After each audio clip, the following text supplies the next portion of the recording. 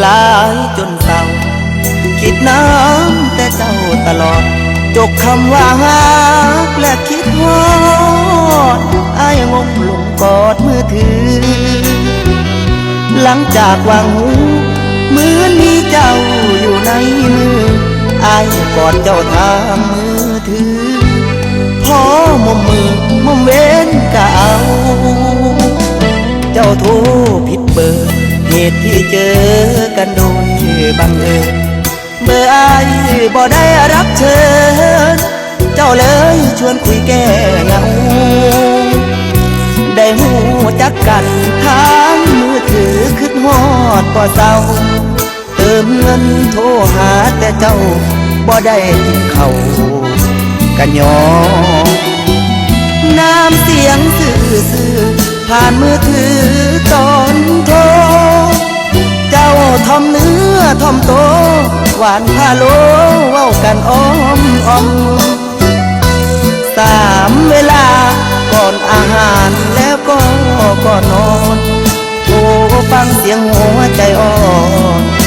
ก่อนนอนอ้ายคิดฮอดแท้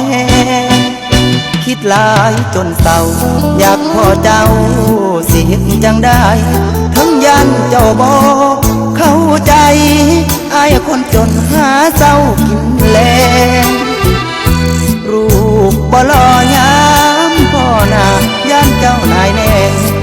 นอนกอดมือถือแรง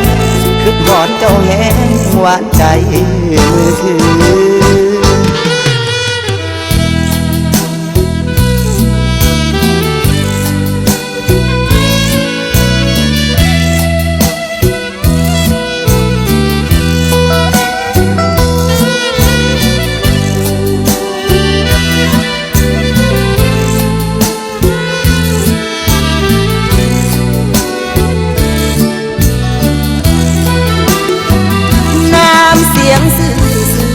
ผ่านมือถือ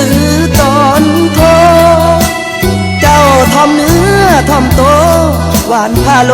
เว้ากันอ้อมสามเวลาก่อนอาหารแล้วก็ก่อนนอนโทรฟังเสียงหัวใจอ่อนก่อนนอนอ้ายคิดฮอดแฮงคิดหลายจนเศร้าอยากพอเจ้าสิเฮ็ดจังได้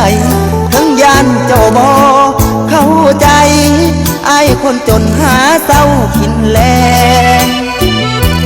รูปบ่หล่อยามพ่อหน้ายันเจ้านายแน่นอนกอดมือถือแรงคิดฮอดเจ้าแห้งหวานใจ